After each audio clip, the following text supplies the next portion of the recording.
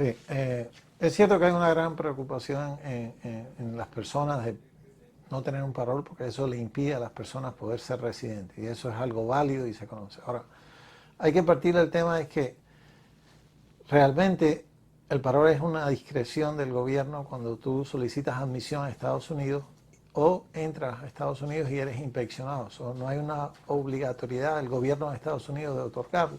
Ahora, ¿por qué a unos y a otros no? En la mayoría de las personas que son arribantes extranjeros, que son primera casilla, está claro que el gobierno tiene dos opciones. O detenerte pendiente a un proceso de remoción. Primero, hacerte una entrevista medio creíble, ponerte en un proceso expedito y, si lo pasas, pasarte a un proceso bajo la sección 240. Y si no puedes hacerlo, tiene que dejarte detenido hasta que te hagan un miedo creíble o si te sueltan con un parol. Por el problema de capacidad de detención hoy día, las personas cuando son procesados en primera casilla, la mayoría de las personas, sin tener un miedo creíble, les dan un parol. No es el proceso a seguir, pero es como se está siguiendo. Y se lo dan bajo la sección 212D5A, que como hemos hablado, establece que por cuestiones humanitarias, por interés público, las personas pueden estar en el país pendiente a un proceso de deportación bajo la sección 240 de la acta migratoria con un parol. Ese parol puede ser por 3 meses, por 6 meses, por un año, por 2 años. Ahora, lo que ha pasado fue que a partir de la pandemia y el cierre de los puentes fronterizos, las personas que entraban de manera irregular no eran primera casilla, son segunda casilla. Y en segunda casilla son las personas que se encuentran en Estados Unidos. Ahora, o las personas que entrando son detenidas en un periodo corto de tiempo. Ahora, el término es que es un aplicante para admisión. Entonces, si la persona es un arribante extranjero, si es una persona que entra por un puerto de entrada, técnicamente esta persona, cuando es procesada, si es liberada, porque no está obligada a ser liberada, si es liberada, la persona debe ser liberada solamente con un parol bajo la sección 212D5A. Las personas que están dentro de los primeros 14 días en Estados Unidos y que están a menos de 100 millas de la frontera, que deben ser procesados como si fuesen arribantes extranjeros y por lo tanto se aplica el mismo estándar de las personas que entran por el puente fronterizo y deben aplicarse el estándar del 235AB. Ahora, esto es lo que está en discusión, hasta qué punto eso aplica, hasta qué punto la decisión de Jennings versus Rodríguez se va a ser extensiva a estas personas que mencioné, que han entrado de manera irregular y son detenidos a pocas horas o al día siguiente, que es la mayoría de los cubanos que durante el tiempo de la pandemia y durante el tiempo que los puentes fronterizos estuvieron cerrados, fueron procesados y los soltaron con I-220A. Ahora, en esto hay que distinguir las personas que se encuentran en un proceso de remoción en corte y las personas que, aunque le dieron una notificación para aparecer en corte, no están en corte. Estas personas que están en corte, aunque hayan aplicado la residencia, es muy difícil que después de Cabrera Fernández, que es la decisión que cierra momentáneamente la puerta a los cubanos que entraron con I-220A de dar la residencia, es muy difícil que ICE o el Servicio de Protección de Frontera le otorgue un parol. No es imposible, pero es muy difícil. Ahora, la cuestión legal es si una persona que entró al país irregularmente, pero que es detenida durante los primeros X días de haber entrado y que no está a más de unas millas determinadas fuera del país, debe ser considerado entonces como una persona que físicamente está aquí o debe ser tratado bajo la sección 235B y aplicarle el mismo estándar de que si es liberado, sea liberado con un parol, que es la única manera que puede ser liberado. Cuando usted lee la decisión de la Corte Suprema en Jennings versus Rodríguez, entiende que debe ser tratada de esta manera, de la manera que, aunque entró de manera irregular, porque es detenida dentro de los primeros días y está a menos distancia de la frontera requerida, debe entonces ser procesado como si fuera un aplicante para admisión, como un arribante extranjero, y no como la persona que lleva más tiempo aquí en el país.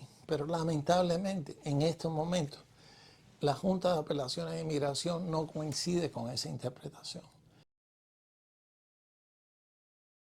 Ahora, ¿por qué se ha trabado esto en relación con la I-220A? Son porque durante el periodo de la pandemia, al cerrarse los puentes o puertos fronterizos, las personas tuvieron que entrar irregularmente al país. Y el gobierno permitió eso, en realidad. Y a esa entrada irregular de personas generó que no los consideraban como arribantes extranjeros porque no estaban llegando por un puerto de entrada. Y al establecerse eso, se empezó a procesar las personas bajo no la sección 235B, sino bajo la sección 236. Y esta sección 236 aplica a las personas que están físicamente en el país, no que están pidiendo admisión a través de un puerto de entrada. Ahora, bajo la sección 236 del acta migratorio, las personas pueden ser liberadas bajo fianza o bajo su propia palabra, bajo supervisión, que es la famosa I-220A, que tienen la mayoría de personas que en esas circunstancias entraron de esa manera. Y al no coincidir, se ha creado el dilema que los cubanos que tienen I-220A no pueden ser considerados como debieron ser procesados y liberados bajo la sección 212 D5A, que es la que establece un parol, y entonces se le ha negado entonces la residencia por la ley de ajuste cubano. Ahora, a las personas que no estando en corte, que tengan I-220A, aunque recibieran una notificación de cargo, un notice to appear, una notificación para comparecer, que han aplicado la residencia, en caso se ha dado ciclos que el gobierno ha estado otorgando parol sin pedirlo, porque normalmente este parol humanitario se pide ante las autoridades que liberaron a la persona, ya sea AI o sea el Servicio de Inmigración. Ahora, eso no debe generar un desconcierto, porque en una discusión de el Servicio de la Asociación de Abogados con el Departamento de Inmigración de fecha diciembre 14 de 2023, a partir de la decisión de Cabrera Fernández, hay un punto que voy a tratar, porque me parece importante para dejar esclarecido eso, que le preguntan, hay cubanos que han tenido orden de I-220A y que pueden ser elegibles a aplicar a la residencia al año un día bajo la ley de ajuste cubano.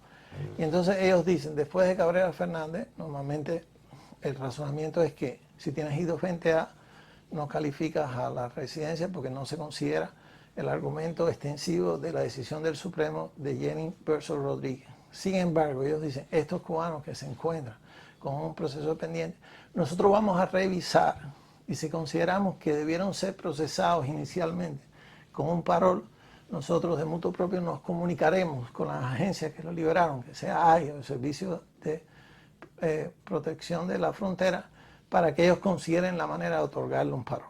Ahora, ¿cuál es el criterio que se ha usado para eso? Partimos del criterio que ellos consideran que todo el que está con la I-220A salió bajo la 236.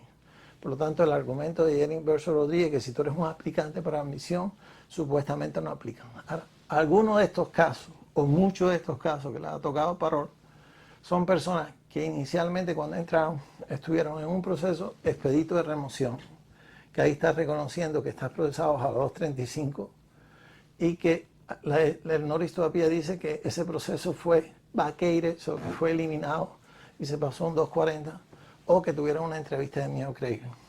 Tácitamente, el gobierno está aceptando que esas personas fueron procesadas por el 235. Si tú estás en Estados Unidos, te deben procesar no bajo la 235 del acta migratoria, que se considera como un arribante extranjero, sino te deben procesar bajo la 236. Y esa 236 permite al gobierno liberarte y no dejarte detenido. Bajo la 235 o te detienen o si te sueltan te tienen que soltar con un parol. Bajo la 236 no tienen necesariamente que detenerte a no ser que tú caigas en una serie de categorías como que sea una persona peligrosa o que ha cometido un delito grave o que estés envuelto en actividades terroristas, sino el gobierno puede, por el tiempo que estás aquí, procesarte, ponerte en un procedimiento de remoción y dejarte salir. Y es por eso que al referirse a los departamentos que liberaron a estas personas no les queda más remedio que otorgarle un parol, porque si te procesan bajo la 235 o te detienen o te dan un parol. Ahora, yo no creo que el argumento debe ser porque a mí sí y porque a mí no. El argumento es hacer inclusivo a todas las personas que tuvieron I-220A, porque con independencia que te pusieron un proceso expedito de remoción, o con independencia que te dieron una orden expedita que fue vacated, o con independencia que te dieron un miedo creíble, el razonamiento es, tú eres un aplicante por admisión, tanto si entras por el puente fronterizo, como si entras y cruzas irregular la frontera y eres detenido entre los 10 días y a menos de 100 millas, porque no es la persona que vive aquí, es la persona que está llegando al país.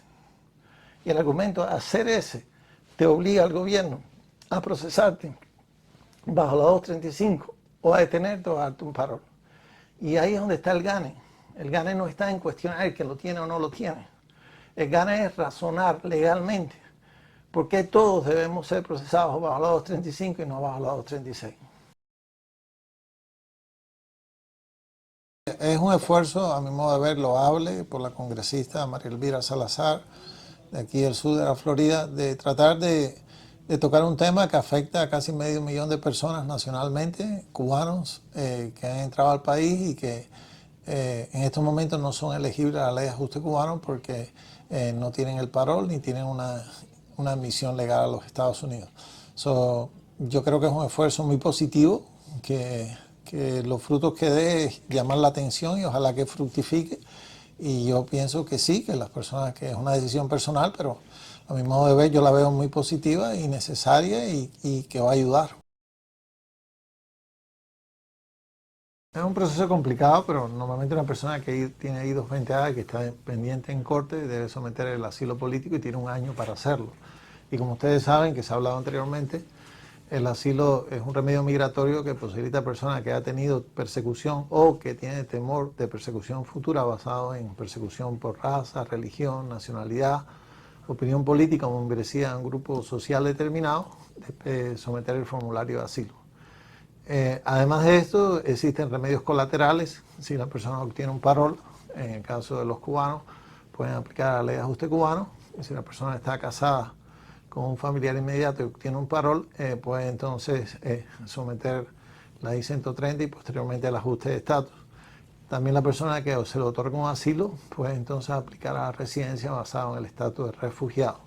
Estas son las posibilidades más inmediatas, amén de las otras posibilidades que hay, que hablaremos más adelante en cuanto a las posibilidades de cerrar los casos administrativamente en corte o terminarlos si hay peticiones familiares inmediatas o con orden de prioridad.